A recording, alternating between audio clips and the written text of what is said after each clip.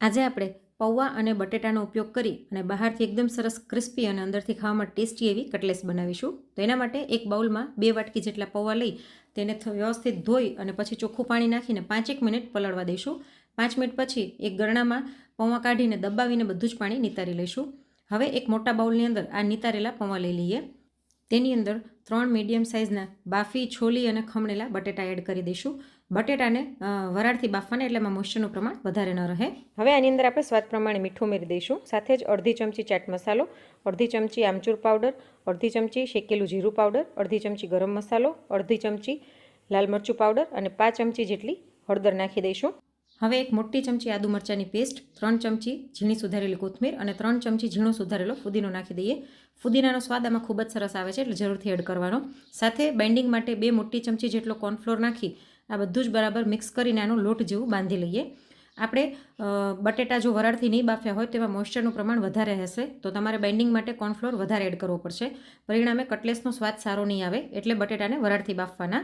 તો આવી રીતના લોટ જેવું બંધાઈ જાય પછી આપણે આની ગોળ ગોળ કટલેસ વાળી લઈએ.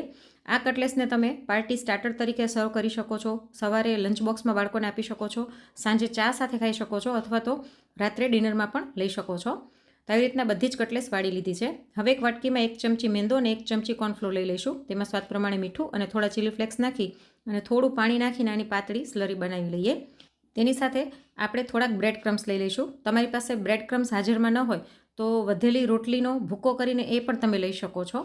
હવે આપણે આ તૈયાર કરેલી કટલેસને આ સ્લરીમાં ડીપ કરી લઈશું અને સાથે જ કોર્નફ્લોરથી કોટ કરી લઈએ. તો આવી રીતના કોર્નફ્લોરથી કોટ કર્યા પછી તમે આ કટલેસને અઠવાડિયું અથવા તો 10 દિવસ સુધી ઝીપલોક બેગમાં કે એરટાઇટ કન્ટેનરમાં ભરી અને ફ્રીઝરમાં સ્ટોર કરીને રાખી શકો છો. અને બાળકોને સવારે લંચ બોક્સમાં આપવું હોય અથવા તો સાંજે ચા સાથે ખાવું હોય તો ઇન્સ્ટન્ટ શેલો ફ્રાય કરી શકો છો. તો અત્યારે શેલો ફ્રાય કરવા માટે મેં અહીં તેલ ગરમ થવા રાખી દીધું છે. તેની અંદર આપણે તૈયાર કરેલી કટલેસ મૂકી દઈએ અને મીડિયમ ફ્લેમ પર સરસ બદામી કલર આવે ત્યાં સુધી એને થવા દઈશું. કલર બદલાઈ જાય એટલે આપણે એને પલટાવી અને બીજી બાજુથી પણ સરસ ગોલ્ડન બ્રાઉન કલર આવે ત્યાં સુધી થવા દઈશું. તો આ કટલેસ આવી રીતના તમે સ્ટોર કરીને ફ્રીઝરમાં રાખી હોય તો આને શેલો ફ્રાય કરતાં 5 જ મિનિટ થાય છે અને ખાવામાં ખૂબ જ ટેસ્ટી લાગે છે. મીડિયમ ફ્લેમ પર કરવાનું એટલે અંદરથી પણ સરસ ચડી જાય. તો આને આપણે કિચન પેપર પર કાઢી લઈએ અને હું તમને બતાવું કે કેટલી ક્રિસ્પી બની છે. જો અવાજ પરથી જ ખબર પડે છે કે આપણી કટલેસ કેટલી ક્રિસ્પી બની છે. ઉપરથી થોડોક ચાટ મસાલો સ્પ્રિંકલ કરી લઈશું જેથી ખાવામાં વધારે ટેસ્ટી લાગે. આને અહીં મેં ટોમેટો કેચઅપ સાથે સર્વ કરી છે, પણ તમે ચા સાથે અથવા તો ગ્રીન ચટણી સાથે પણ સર્વ કરી શકો છો. તો તમે આ પૌવા અને બટેટાનો ઉપયોગ કરીને કટલેસ ક્યારેય ન બનાવી હોય તો એક વખત જરૂરથી ટ્રાય કરજો. આની ડિટેલ રેસીપી મારી ચેનલ પર આપેલી છે.